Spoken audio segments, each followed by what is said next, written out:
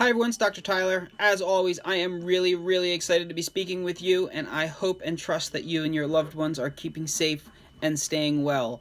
I know it's been a little while since our last communication. To be honest, I kind of waited a little bit too long because now I have so much stuff to share that we're going to break it up. So we're going to put some of it in this video, in the email that you just received, and in a few days we're going to send out another email, probably without a video, that'll just tie up the things that didn't quite fit in here, but that I also thought were worth sharing or at least of interest to me. So first and foremost, I am super grateful and elated for all the people who we've seen in the office over the last couple weeks. I understand that everyone's in a different place, and that's cool. I respect that, and please don't take this to mean anything else. But we are absolutely here for you when you are ready, and for all of those who have chosen to come in and get adjusted. I am eternally grateful, and it has filled me up very much to see and interact with many of you who I've become so accustomed to having in my life on such a regular basis.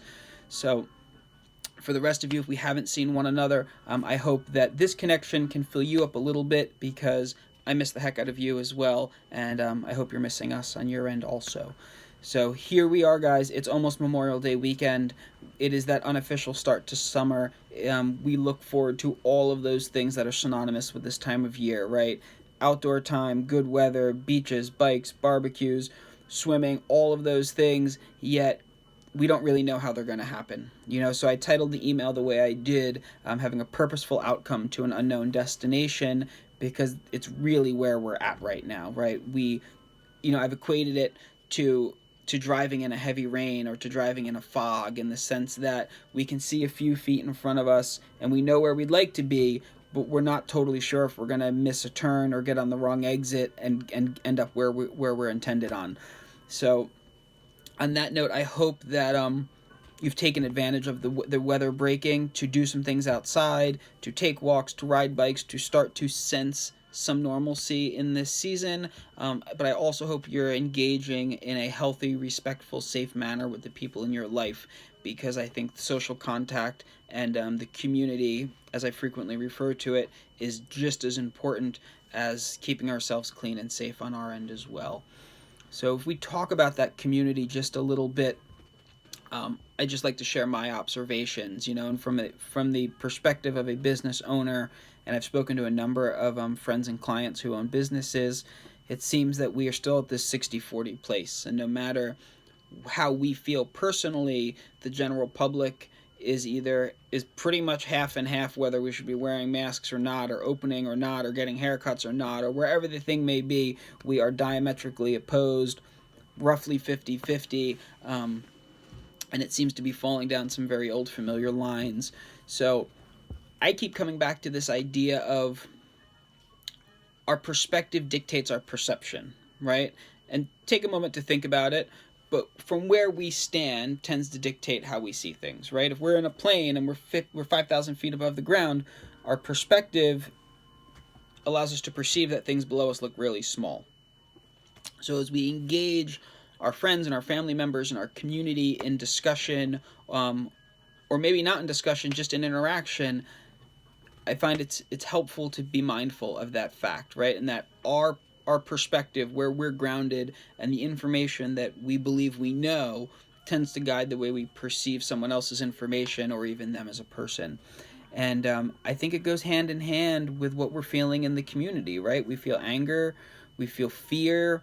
Personally, I felt burnt out, I felt overwhelmed, and at times numb, because I know I hit this point where, like, I just can't do it anymore, right? I'm going to lock myself in my basement for a little while and, like, find a center before I go back out in the world, and I'm pretty sure I'm not the only one. So, what I'm challenging us all to do is really be mindful of how we're engaging ourselves, first and foremost, right? So is the information we're absorbing reaffirming our belief system, right? Is it that echo chamber that happens so often? Or are we taking in fairly non-biased, even-keeled information that can challenge us to think a little bit differently, or broaden our perspectives, or maybe even understand why someone else feels the way they do? And The best advice I've received over the last 8 to 10 weeks about this is just that equanimity of mind will win the day. And that was a new word for me. My wife received the same advice last week. It was a new word for her, so let's share it and talk about it. But equanimity is a sense of calmness, right? An even keel. And regardless of how we feel personally, being able to maintain a calm mind allows us to perceive things clearly and respond to them hopefully effectively and respectively when we're dealing with the other people in our life. So, as I said earlier, I equate this state of being to being in a fog, right, or to driving in the rain, trying to have a purposeful outcome to this sort of unknown destination.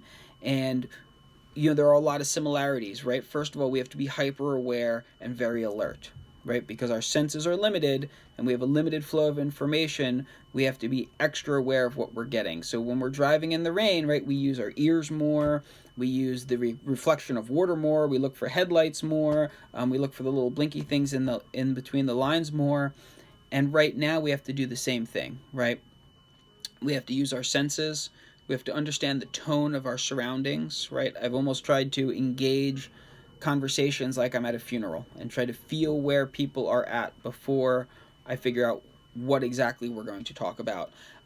We can anticipate, just like driving in the rain, right? We may only see a few feet in front of us, but we can anticipate what's coming in those interactions, and we can plan for them, right? If this interaction goes like this, we can do A. If this circumstance goes like this, we can do B. If this interaction in the food store happens again, we can do C. But as we've also come to know, is that even when we use our senses and anticipate and plan, we also have to surrender to those things that are beyond our control, right? So as many of you guys know, I listen to Fish the band, The Fish, not A Fish, and they play without set lists, and it's something I've heard them say over and over, is we ball up this piece of paper and throw it away, and whatever happens, happens. So I also challenge us to do the same, right? If we have a plan, and the plan is not going according to plan, throw it up and use your senses, feel the tone, anticipate, and do what you've got to do to get to where we need to be. So in sharing that, I stated that we can challenge how we engage ourselves. We can also challenge the way we show up in the world, right? Which version of ourselves is going to Home Depot and the food store, or engaging discussions on social media, right? And as an aside, I think it's interesting that Facebook added avatars, because now we don't talk to other people, we just talk to little cartoons, and it makes things totally different. But nevertheless, right, we can channel our innate self, the reflexive self that acts out of instinct. We can channel our responsible self, as many people do and act in the greatest good. We can channel our numb self, as I have in the recent past, which doesn't always get me anywhere.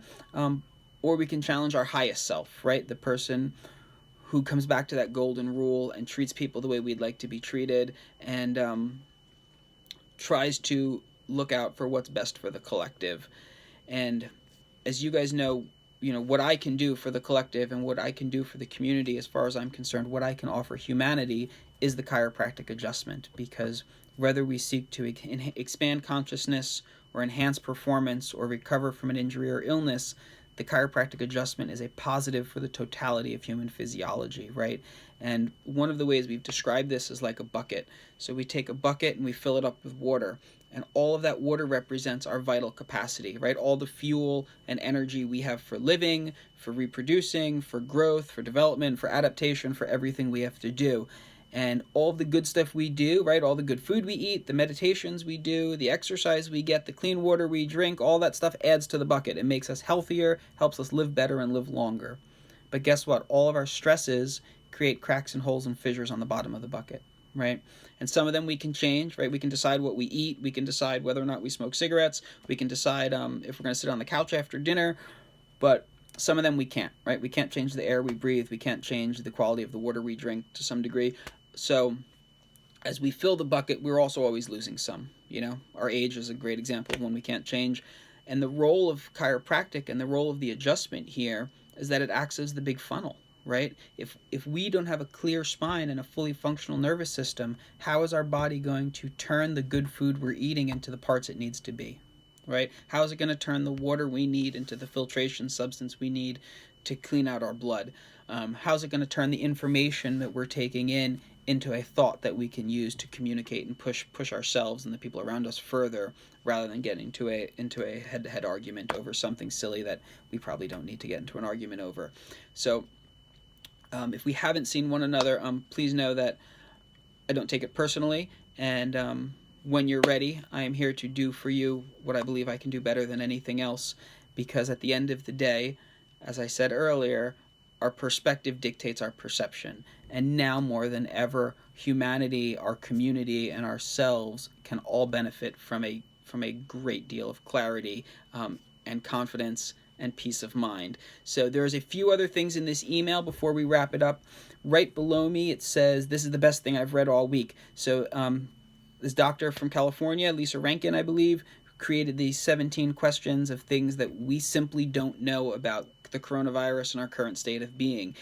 So she forwarded it around to 20 or so other doctors, which means it's peer reviewed, which is a huge step in scientific literature. So while this has not been published, it has been reviewed by a number of doctors, and in my opinion, without bias and without conspiracy and anything else, I think she provides us a handful of really great questions that we can all consider and at least take with us when we are talking to the people in our lives that maybe are challenging. And other than that, keep an eye out for the next communication. You know where to find us when you're ready, when you need us. Give us a call, shoot us a text, give us an email. If you have questions, please fire them along. If you think this or any of our other videos may help someone you know, please share it with them. And as always, keep safe, stay well, and we'll see you soon. Have a great weekend.